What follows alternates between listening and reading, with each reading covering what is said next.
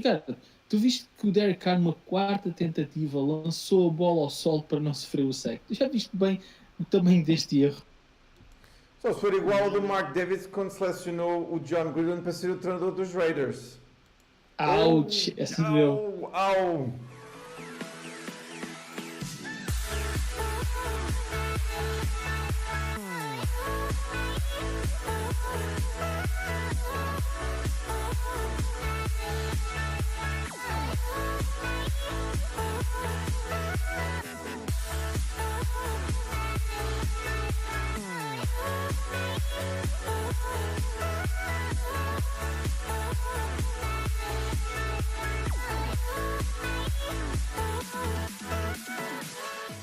Olá, sejam muito bem-vindos a mais um US Sports em PT, todas as coisas do esporte americano em português de Portugal, comigo Ricardo Silvestre e com o Pedro Viana. Olá Pedro, como é que estás?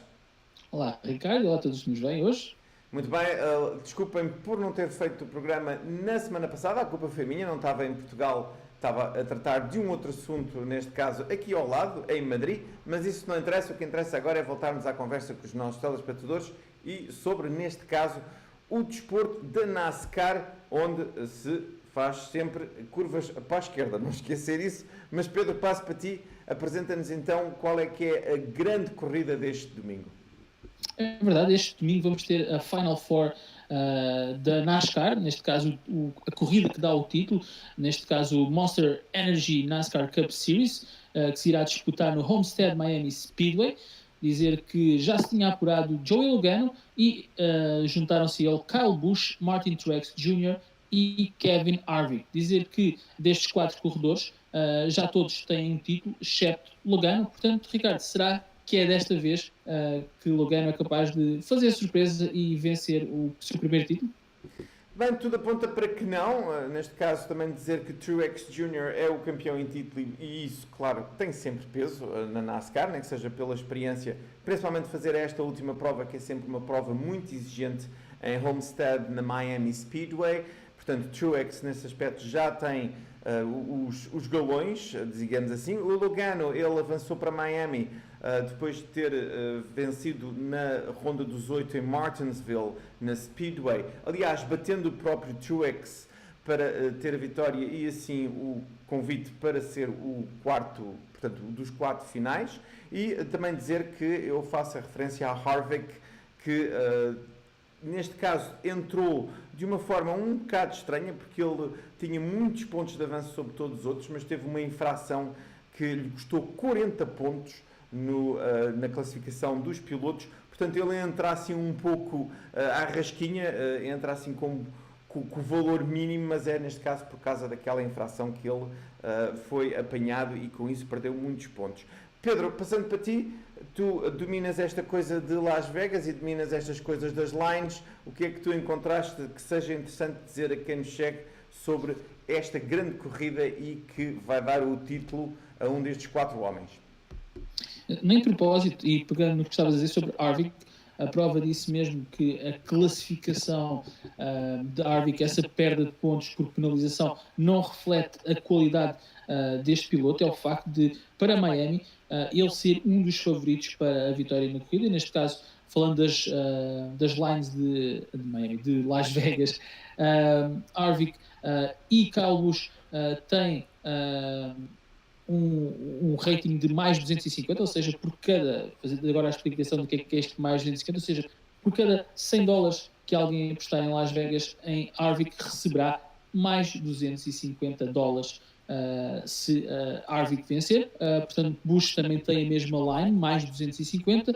Já Truex Jr., apesar de ter vencido o título na última época, aparece com o resultado de mais 450 e Logano com mais 900, portanto, com mais alto valor, menos probabilidade esse corredor tem de vencer, portanto, é como se fosse a odd neste caso. Portanto, se Logano ganhar é a mesma surpresa, porque é ele que tem o maior payout em termos das lines de Las Vegas. Neste caso, isto tem muito a ver com a qualidade dos carros, que à medida que entramos nesta última prova, o pessoal de Las Vegas, mais atento a estas coisas, anda a reparar quem é que tem os carros mais afinados para esta última prova. Também tem a ver com a própria pista em si. Aliás, Pedro, não é surpresa nenhuma quando apresentaste esses valores que o Truex tenha valor mais baixo, porque o Harvick e o Kyle Busch são pilotos muito mais feitos para um tipo de pista como é a Homestead Miami Speedway, apesar de Truex ter lá ganho o ano passado, portanto, também numa prova memorável com vários acidentes e que depois sobrou para ele. Agora, em relação ao Logano, era uma boa aposta, realmente, meter $100 a ganhar 900, imagino que Las Vegas esteja a fazer isto, deve ser de certeza absoluta mesmo para chamar muitas apostas para Logano, apesar de eu não ver que seja ele que vai ganhar, mas podem acompanhar esta prova no domingo na Sport TV, aliás, diga-se passagem, com o nosso amigo Bruno, que vai estar nos comentários. Muito bem, Pedro, vamos agora já mudar de tema. Estamos já com 10 semanas da NFL, e neste caso com as classificações a já ficarem definidas entre as equipas que estão a desempenhar muito bem. Aliás, nós falámos disso no último programa, mas aquelas que estão a desempenhar muito mal. Muito bem, Pedro, e vou puxar por ti, porque vamos falar primeiro da Conferência Americana. Eu tenho aqui um gráficozinho que se pode ver que os Denver Broncos têm 3 vitórias e 6 derrotas, Buffalo Bills 3 vitórias e 7 derrotas, Jets 3 vitórias e 7 derrotas e Raiders 1 vitória e 8 derrotas. Pedro, destas 4 equipas tu podes acrescentar mais uma, quiçá, os Jacksonville Jaguars, mas qual é que tu achas que é a maior desilusão até este momento nesta AFC? Eu, para mim, tenho 2 desilusões quase que empatadas. A primeira, os Oakland Raiders, com 1 vitória e 8 derrotas, por todo o hype que foi criado em torno da vida de John Gruden, ele que seria a segunda vinda do Messias, neste caso a Oakland, e não se está a provar isso em campo. A equipa completamente disfuncional. O próprio dono da equipa, Mark Davis, já disse que a equipa, a meio de uma época, portanto, e agora fazendo aqui um parênteses, a meio da época é grave para mim, vemos um dono de equipa dizer isto, ou seja, a equipa nem sequer tem um roster de 22 homens, ele diz isto publicamente, ou seja, diz que a equipa é composta por mercenários que jogam com contratos de 1 ano, que não estão ali para durar, portanto, má gestão de alta a baixo nesta equipa. Parece que Gruden também não tem feito as melhores escolhas, despachou vários jogadores importantes, e depois, para mim, os Jaguars que depois de serem uma equipa que vai à final da Conferência Americana, neste momento são um bottom feeder da NFL, uma equipa que está por baixo, já perderam contra os Colts, têm perdido jogos atrás de jogos na sua divisão, fora da divisão.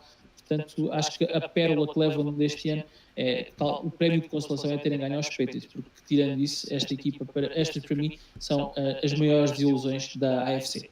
Muito bem, eu vou pegar também numa equipa que depois de ter ido aos playoffs o ano passado, este ano também está pelas corridas de amarguras, e mais uma vez, e mais um ano, que são os Buffalo Bills.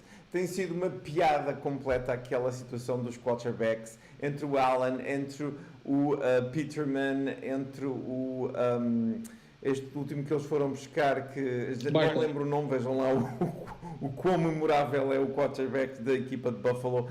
Portanto, tem sido um desastre completo. A equipa não consegue atinar, não consegue fazer boas opções. Aliás, tinham lá o Tyrell Taylor, mandaram-no embora porque aparentemente não era bom o suficiente, e agora a equipa não faz nada. E a pegar também no que tu disseste, Pedro, e os Jacksonville Jaguars, também pelo que conseguiram o ano passado. A verdade é que o Fournette faz muita falta, e aliás, diga-se de passagem, o Bortles não tem estado assim tão mal, mas não é o suficiente para sozinho carregar a equipa.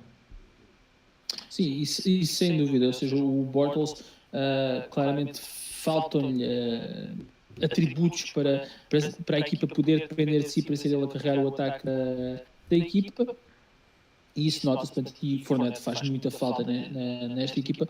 Claramente, estes Jaguars deverão ter que pensar seriamente se não será a altura de, no próximo draft, enviar o Bortles embora e ir buscar um novo quarterback ao college.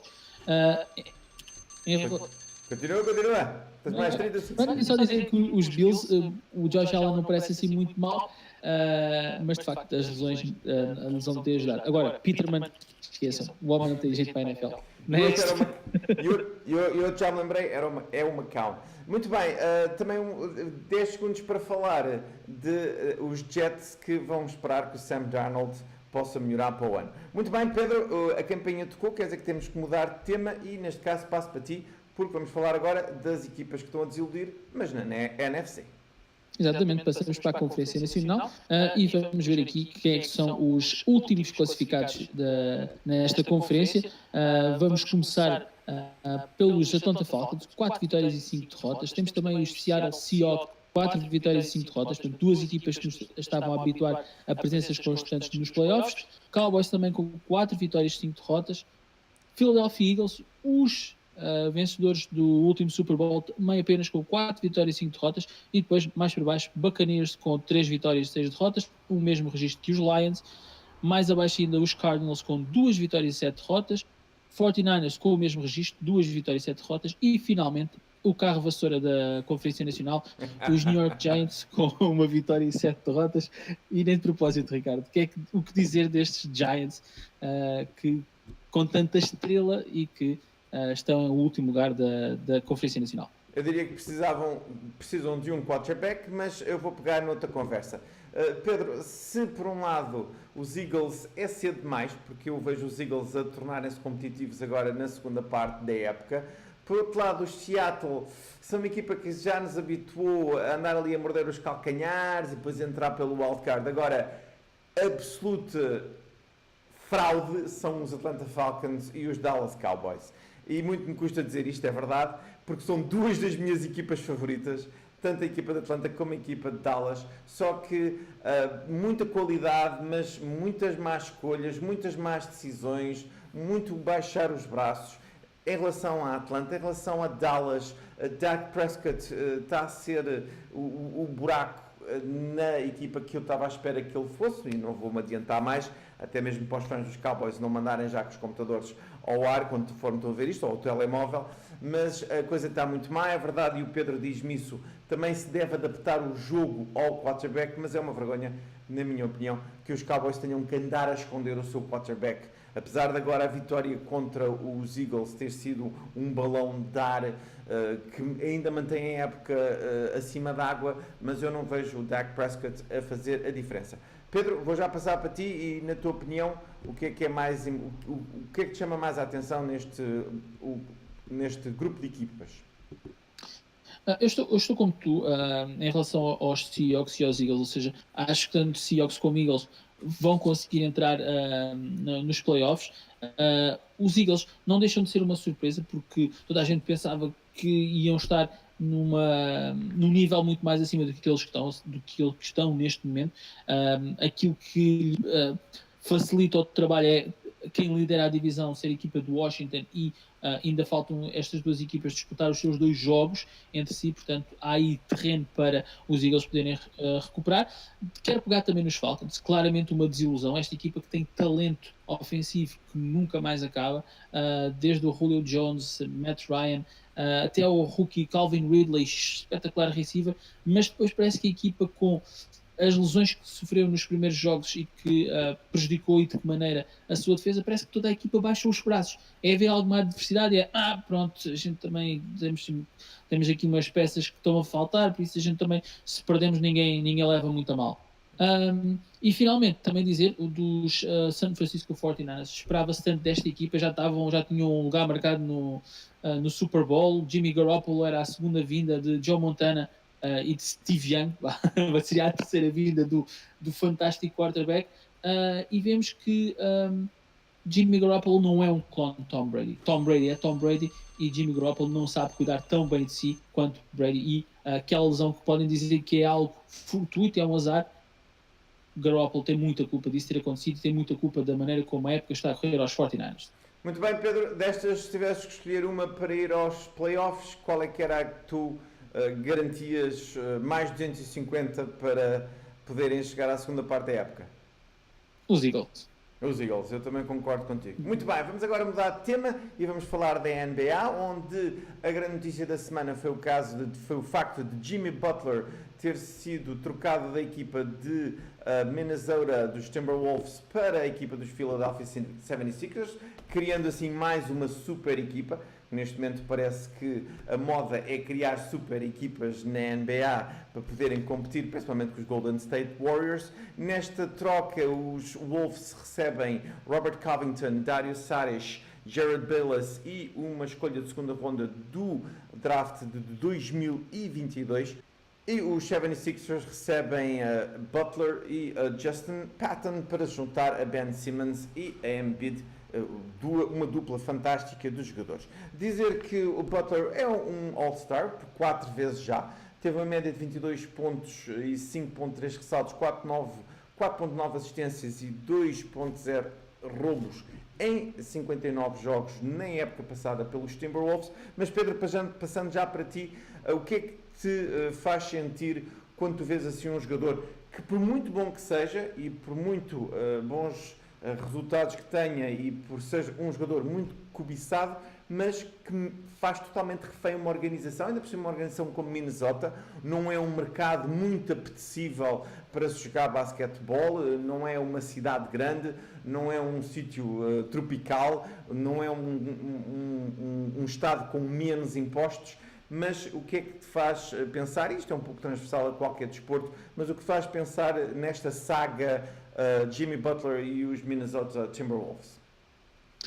Bem, é um pouco como tu dizes, ou seja, não concordo com essa atitude de fazer a equipa refém, a organização refém, dizer ou me pagam aquilo que eu quero, e ali é mais do que ou pagam aquilo que eu quero, é mais ou me trocam para outra equipa ou então eu não jogo pouco, só jogo quando me apetece, se não apetecer depois posso me lesionar, então não me quero esforçar muito. Portanto é sempre uma atitude que, principalmente no basquete, sendo um desporto de equipa, mas que tem menos jogadores em campo, os plantéis são mais reduzidos e existe uma maior preponderância do jogo individual, é mais fácil os jogadores tomarem estas posições e fazerem as equipas reféns, mas também é bom da verdade e desculpando um pouco o Butler, dizer que depois da atitude que se tinha visto e do empenho e do esforço que era mostrado por Wiggins e Towns, os dois também dos All-Stars desta equipa e que são as estrelas da companhia, havia rumores de que Butler não estava contente com o esforço que os seus colegas estavam a pôr dentro das 4 linhas e, como tal, queria sair e mudar de ares. Portanto, há aqui também algo que pode balancear, mas claramente contra este tipo de atitudes. Também, fazendo um pouco o paralelismo, também passa para a NFL. Temos, por exemplo, a situação do Le'Veon Bell. Aí sabemos que na NFL existe muito mais na equação, tem um peso muito maior o facto das lesões, né? Aqui as carreiras são mais curtas, a probabilidade dos atletas se lesionarem gravemente é maior, mas no futebol americano é muito mais colmatado pelo facto de os plantéis serem maiores, serem 53 jogadores, um não está, não queres contribuir, não faz mal. Há aqui mais 52 que podem fazer esse trabalho por ti. Também se fala muito, é o facto que o treinador da equipa, Tom Thibodeau, que também não tem muita paciência para este estilo de atividade à diva e que também andava a dar cabo da cabeça do outro e o cara ele não tinha paciência para este estilo de coisas. Os jogadores acham que têm sempre razão e, como tal, também foi uma das razões para este pedido para sair de Minnesota. Muito bem, vamos entrar no último tópico e para isso, Pedro, vou passar para ti porque aparentemente tens alguém para apresentar aqui aos nossos seguidores. É verdade, temos uma nova mascote, neste caso na NHL, os Philadelphia Flyers, que têm o Gritty, a nova mascote. Vamos ver lá agora, Pedro, vamos ver o Gritty um bocadinho, voltamos já à conversa. Here it is. Meet Gritty. That's the new mascot for the Philadelphia Flyers. You may want to avert your eyes. This orange creature, wild eyes, even wilder fur. Ricardo, após vermos este vídeo, tu achas que esta mascote estava no seu perfeito estado lúcido? É assim, eu tenho duas opiniões um bocado diferentes. Primeiro, o Gritty parece que andou a meter qualquer coisa lá para dentro, porque o raivo do animal ou do bicho ou do furry, eu não sei o que é aquilo que a gente está para ali verdadeiramente a ver, mas aquilo parece que saiu de um pesadelo qualquer de alguém que andou a fumar umas coisas que não devia. Mas por outro lado, eu também devo dizer que é fofinho, tem assim uns googly eyes, tem assim uma barriga grande, tem muito pelo, faz lembrar o boss, como é que era? O camelo da famosa música portuguesa, o camelo que tem duas bossas e muito pelo. Portanto, depois também é do hóquei em gelo, é ali de Filadélfia. Filadélfia já tem uma mascote meio estranha, que neste caso é a da equipa de beisebol, que também tem assim um nariz longo e um cabelo também meio esquisito. Portanto, Pedro, entre fofinho e alucinado, eu acho que dava ali 50-50. O que é que tu achas do Gritty? Eu acho que foi pegar noutra mascote que é muito fofinha, é muito considerada muito fofinha, muito kids friendly, que é o Yuppie, mas depois acho que tomou umas substâncias assim um bocado proibidas, digamos assim, e ou então, Pedro, too many Philly cheesesteaks, também pode ser isso, se calhar alguma coisa alucinogénia, ali demasiado triptofano. Até porque quando foi apresentado há muitos gritos de crianças e não se consegue perceber bem se são gritos de êxtase, de euforia ou se é de pânico, que as crianças estão todas assustadas. Portanto, ainda por cima, caiu, quer dizer, está ali a patinar no gelo e a mandar um grande trambolhão. Portanto, uma mascote de uma equipa de hóquei em gelo que não consegue patinar também é uma coisa que não faz assim lá muito sentido.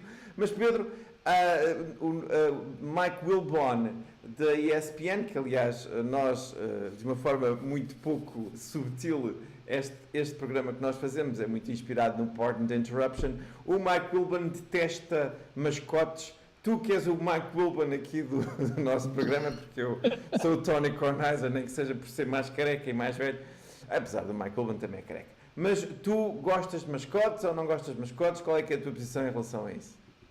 Eu, em relação às mascotes, acho que são boas principalmente para o público mais jovem, ou seja, tem que ser um pouco mais abonecado, as crianças têm que se identificar, acho que as mascotes são mesmo feitas para isso, para o público jovem, para passar aquelas mensagens.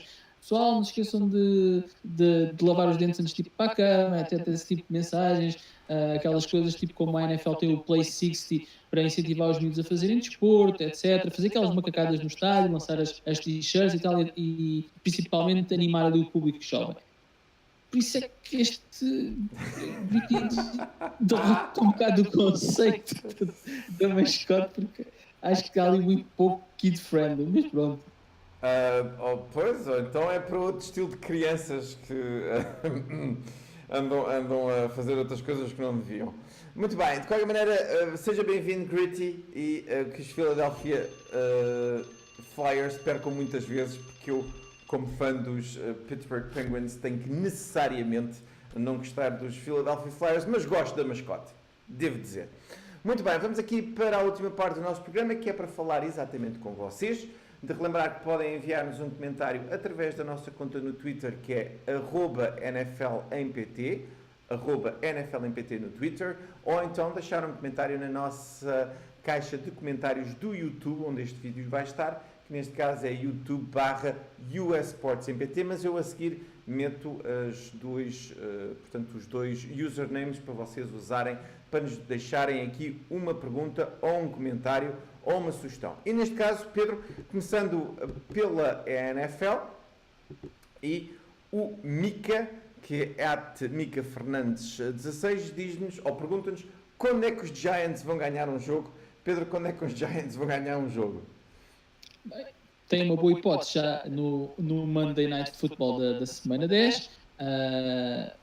Quando estiverem a ver este vídeo, esse jogo já aconteceu, já vão saber o resultado. Nós sabemos quando estamos a gravar, mas melhor hipótese do que essa acho que não há para os Giants. Portanto, se não conseguirem ganhar uns 49ers sem o quarterback titular, eu não sei. De qualquer maneira, para fãs dos Giants, Saquon Barkley foi uma excelente escolha no draft, e vocês só têm que esperar pelo ano que vem arranjarem um quarterback, porque depois, juntando, claro, ao corpo de receivers que a equipa tem, claro, liderada sem dúvida, pelo gritty lá da zona, vamos dizer assim, que vocês estão bem entregues e os Giants poderão ser competitivos. Muito bem, passando agora para outra pergunta, Pedro, e neste caso do nosso amigo Miguel Leite, sobrelinho City, ele pergunta-nos se os Lions podem estar em tanking mode. Pode ser?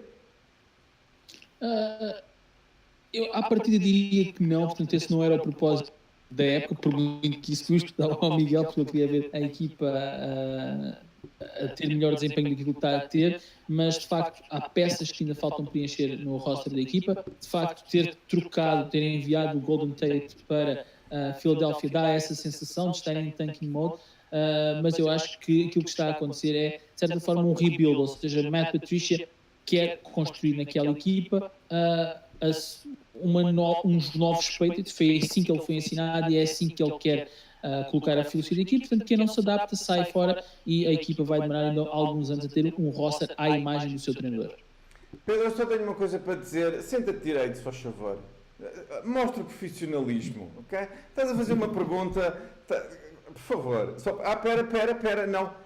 Falta aqui uma coisa, agora sim, que é a minha orelha não dá para ser. Tens que buscar o boné.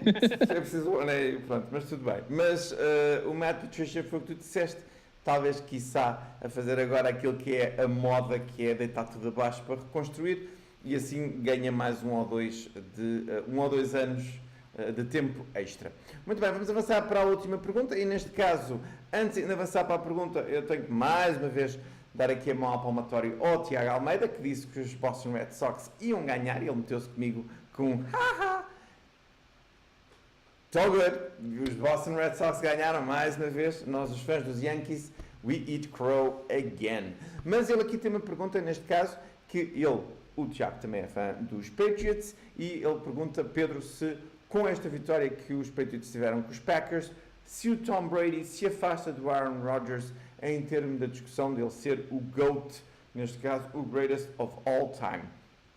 Posso começar eu? Tiago, eu não sei se isso é uma discussão, e muito menos não é um jogo que poderia definir, portanto, um debate como esses. Eu acho que esse assunto está fechado, nem que seja pelo facto de o Tom Brady ter muito mais títulos que o Aaron Rodgers, e eu não vejo o Aaron Rodgers a ganhar títulos tão facilmente nos próximos anos. Talvez eu conseguisse, mas neste momento não.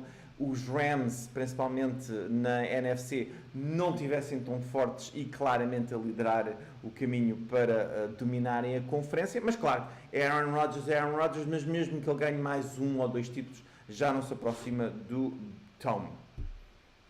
Pedro? Exatamente, estou contigo, ou seja, claramente não é este jogo que diz quem é que é o GOAT, como é óbvio, são os Super Bowls, os títulos que cada um conquistou. É certo que a carreira de Tom Brady é muito mais longa que a de Aaron Rodgers, mas são quarterbacks diferentes. O Rodgers não vai ter a mesma longevidade, portanto é como dizes, a carreira dele não vai durar tanto tempo como a do Brady, não vai conseguir tantos títulos, portanto acho que o assunto está arrumado. Brady será o GOAT, e Aaron Rodgers, apesar de toda a sua qualidade, será um dos grandes quarterbacks que passou para a NFL e nunca o GOAT. Será um bode, portanto. Muito bem, vamos ficar por aqui. Prometemos voltar assim que pudermos, em princípio para a semana que vem, e de relembrar que podem entrar em contato connosco aqui com uma pergunta, com uma sugestão, com um comentário. Pedro, muito obrigado por ter estado comigo. Obrigado, Ricardo. Pelo Pedro Viana, sou o Ricardo Silvestre, então ficou o encontro marcado para breve.